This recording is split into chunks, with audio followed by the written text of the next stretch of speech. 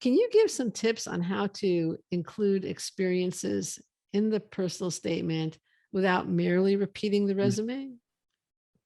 Yeah, and that is and that can certainly be a tough skill and a delicate line to walk, right? So I think at the end of the day, it comes down to if the experiences that an applicant talks about in their personal statement are supportive of the overall theme rather than the overall theme itself. I think, for example, right, if someone talks about this tremendous desire to use the law to advocate for social justice and in the public good, right? So we hear a lot of that. And I always think it's much more effective if an applicant can give me an example of why, right? Why do you want to fight for social justice? Why do you want to fight for the public good?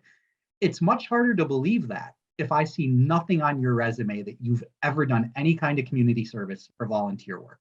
It's much more believable, say, if you've been a court appointed special advocate, right? You've worked in the CASA program, or you have volunteered for Justice Corps or been a fellow with the Peace Corps, right? If you can point to those things, and certainly if it's integral to who you are, then it should be in your personal statement, right? Rather than you just going paragraph by paragraph and expounding upon what's listed on the resume. But if anything, I hope what I've just said, makes the point effectively that the application in its entirety are all pieces to a story, and we're not looking at one piece in a vacuum from the rest of it, right? So if you're going to talk about wanting a career in public service, then I do expect to see somewhere else in your application that you've dedicated at least a few hours of your time to that.